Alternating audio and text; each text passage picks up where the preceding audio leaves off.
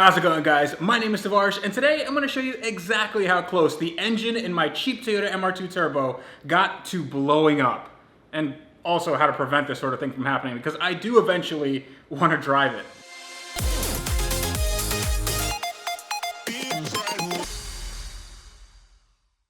So when anybody takes a car like this as a project, something that needs so much attention in so many places, you tend to want to work big to small. And for me, my main point of concern is that engine, because that engine is the only thing that's actually worth anything in this car. If I took it out of the car, it'd be worth pretty much exactly the same as the car itself. Now, I want to do everything in my power to make sure that engine doesn't blow up. So today, we are going to bomb-proof the engine. And when I mean bomb-proof, I mean do some scheduled maintenance, because the previous owners hadn't done that at all. Now this engine is still alive and kicking, and it still runs and drives. I say that in air quotes because I haven't actually driven it more than a few feet up and down my driveway, but that doesn't mean I haven't blown up engines in the past, unfortunately. If you'd like to know more about the engines I have blown up, then you can click the link below to my column on Wheelwell. So Wheelwell is an app and a website that not only hosts articles where I tell you about my various car failures, but it's also like a garage. It's like a virtual garage where people can put in their own cars, people can put in cars that they want, people can put in cars that they used to own, and they can put all the mods, and people can keep up with your builds, and they can keep up with my builds. All my cars, including the new ones, by the way. I think you guys would find that interesting. All that stuff will be in my Wheelwell account. You can DM me as well. You can ask me questions about this, about any of my other builds. I'm really happy that Wheelwell got on board with this build and is a sponsor of this really cheap Turbo MR2 build, because it's gonna get us there that much quicker. It's gonna get us on the road and tearing it up. But tearing it up? It's 1996. All right, let's begin. Now when I say that an engine is exploding, I don't mean that it's a Hollywood-style fireball. What I mean is that there is a catastrophic failure with one or more systems, meaning that either the engine is seized because there's no oil in it, or it has oil starvation issues, or it has a coolant problem where things blow up, like the head gasket blows, and things get warped, heads can warp, blocks can warp, and it can lead to a lot of other issues as well. So this car has given me, well, it hasn't given me any issues, but it has given the previous owner issues, because when I bought the car, he said that the car overheated once. I don't know if that's actually the case. Maybe it overheated more than once, but these engines, these 3SGTE turbo engines, aren't actually apt to overheat. The cooling system in this car is quite stout, but this car is an exception because it does overheat. And I wager it's because the previous owners didn't know how to bleed the system, or they just left no coolant in there, or something happened where all the coolant leaked out. So in any case, I'm gonna figure that out today. When I took the radiator cap off, there's actually a radiator cap here on a coolant neck in the back, I noticed that it was completely past it, and the rubber seals were gone, and this wasn't holding anything. This is supposed to hold a certain amount of pressure and vent the rest of the pressure into the return tank. This wasn't doing its job, so I got a new one from Advanced Auto Parts, put it in here, and obviously it's not gonna be the end-all solution to our problem, but this is at least replacing one of the bad components. But I noticed that there is no coolant in here, meaning that the coolant has leaked out, or there was no coolant in here to begin with, and that's why the previous owner was having his issue. So what I'm gonna do now is I'm going to replace all the coolant lines. I'm gonna replace the radiator because I have no idea what condition that's in, and then I'm gonna fill it with coolant to see if there are any leaks, any gaskets that I need to get, and hopefully it should hold and not overheat. So one of the cool things about having a car in this bad of shape is that it's already halfway taken apart, so any install that you have to do is made that much easier. So we have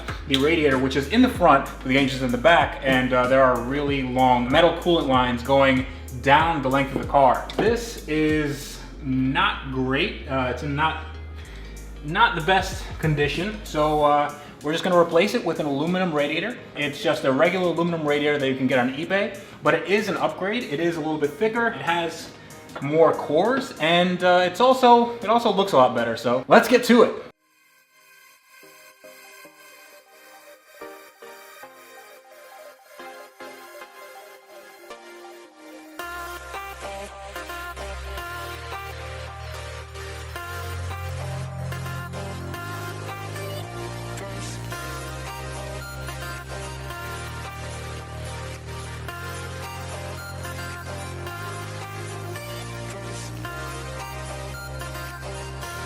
So while the radiator drains, I'm gonna tell you how janky this radiator setup was. So the radiator itself is all rusted on the bottom, but what I noticed was, here's one of the fans, and it doesn't actually look like it's in bad shape. This is fine. You see this connector here, that connects the fan to the wiring harness. But if we look at the other fan, then we see that there is nothing connected to this, and it's just literally cut. Somebody just cut this fan, and I don't know, maybe they wanted to give themselves a challenge. I have no idea, but I'm very happy that I'm replacing this radiator and the hoses because they look really, really bad. Actually, I mean, the hoses themselves, they look all right. They could probably be serviceable, but I don't want to take a chance. They're old. Everything on this car is old, so yeah, this radiator has to come out.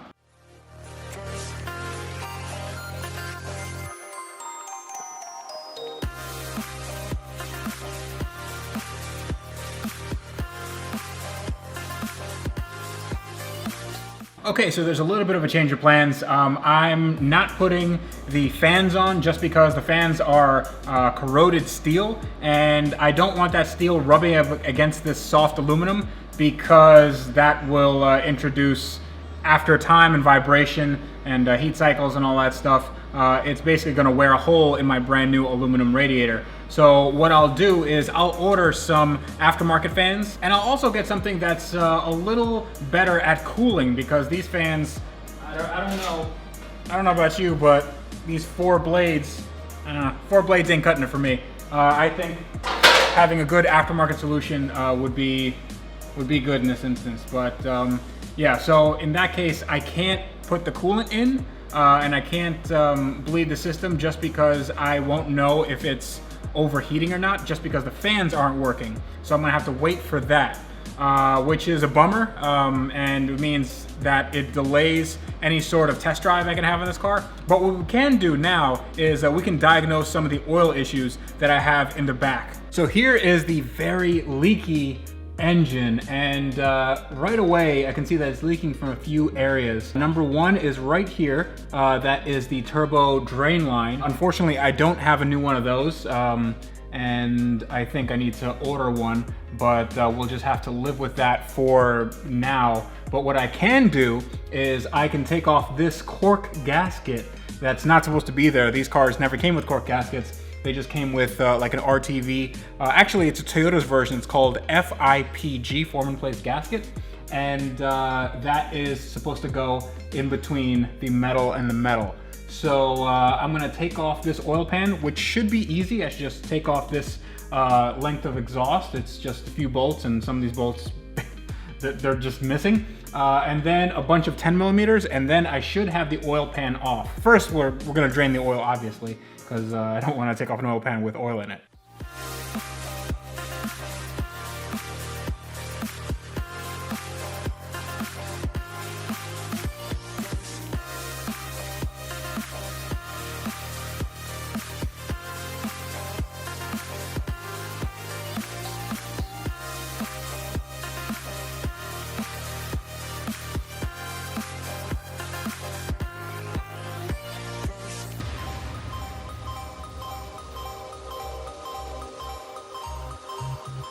So as always with builds like this, it is one step forward and two steps back. Might even be three steps back, because after I took off the oil pan, it does look like the rods and pistons and bearings, I don't know about the bearings, but they don't look to be spun or anything like that, which is good, but the oil smells like gas.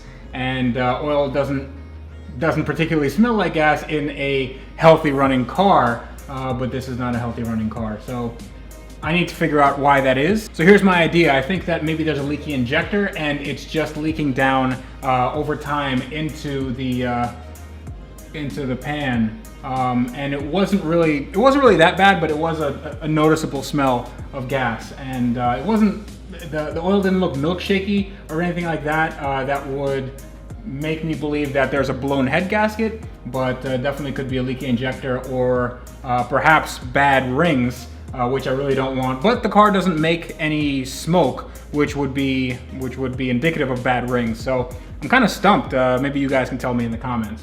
But right now what I'm gonna do is, since I can't really diagnose any of this down here, I'm going to button everything up. I'm going to take off all this nasty gasket. They used RTV and then a cork gasket, but I think I know why. So this is the oil pan, and I'm getting really dirty here, but oil pan should be very, very flat, and this is not. You can see, let's see right here, you can see that there's raised edges where the bolts go through, and that's because they didn't use washers. And what that means is these are really thin steel oil pans, and they don't, it's basically like bending a paper clip. You can't unbend it, and if you try, it's just gonna look really weird and it's not gonna do its job. So I'm gonna need to get a new oil pan.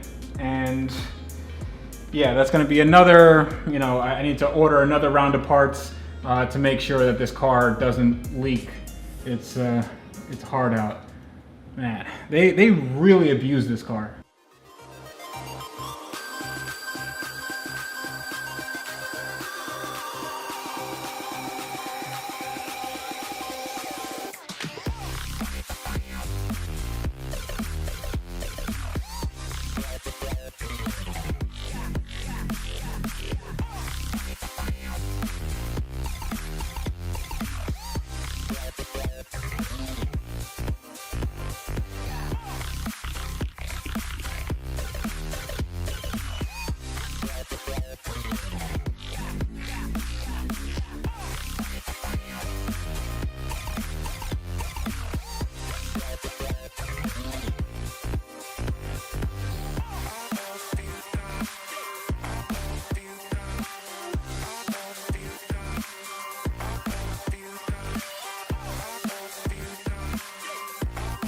All right, well, sometimes things like this happen, and I wanted to get more done, but this car is just way past it.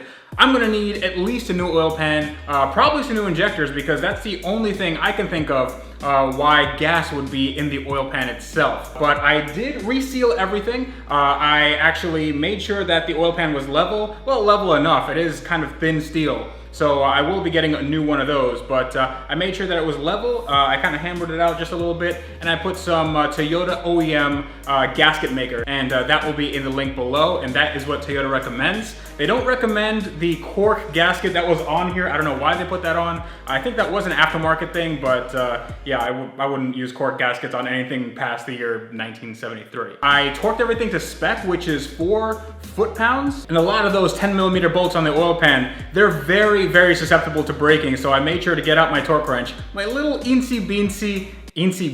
my little 1/4-inch torque wrench, and made sure that it was torqued to spec. I don't actually know what the pattern is. There's a sequence that you're supposed to get them, you're supposed to tighten them in, but I didn't know that. So I just kind of wing it, but it should be okay. And I also replaced that section of line for the return hose. That I'm gonna replace with a new hose, but I just went to Home Depot and just got a length of hose, and that should be fine for now. And I topped it off with an oil change. Now I'm pretty certain that I'm going to have to change the oil relatively soon, just because I haven't figured out that injector or fuel issue. So yeah, I'm gonna have to do that later, but yeah, that's it. It's late, it's pretty late, and I'm tired, and this car is a little bit closer to running and driving, but yeah, it's baby steps, guys. It's really baby steps. Now, I do have a bit of bad news. This is gonna be the last build video, well, this sort of build video for a little while, because I'm actually going on vacation for a little while, and I'm going to return in November, but I will have videos for you regularly, and you guys are really gonna like what I have in store for you, but I'm gonna have more general how-tos. I'm gonna have more general stuff like that, not necessarily build videos, just because they take so much time and I usually don't have them in advance. But be prepared when I come back in November, because I will be, man, I ordered so many parts for this car, I ordered so many parts from all my other cars, and that should be a ton of fun. So this winter or this fall, I actually don't know when the fall-winter divide happens, but it should be a lot of fun. So if you like this video, and I hope you do, consider subscribing to my channel. I love it when I get more subscribers, and that helps spread the word that I love doing stuff like this, even if the cars don't really don't really work out all that well. So you can hit the little bell next to the subscribe button. That will make you part of my notification squad. That'll give you notifications as soon as I put videos out. So yeah, check that out, link below. If you'd like to contact me for any reason, you can hit me up on Wheelwell. You can see my builds, you can see this build, all my other builds, and you can DM me, ask me questions, and I should get back to you pretty quickly. So you can do that. If you'd like to support my channel, you can buy my shirts, link in the description below. All the shirts, actually this is a Wheelwell shirt. You can buy this at Wheelwell, but if you'd like to buy my shirts, you can check them out in the link below. And all the shirts that I sell for the next 2 months are gonna go to hurricane relief. All the proceeds at least, not the shirts. I don't think that they really need shirts all that much. But until next time, this is me telling you that on cars like this, that are complete basket cases, but still need a little bit of love, a lot of love, you guys need to wrench every day.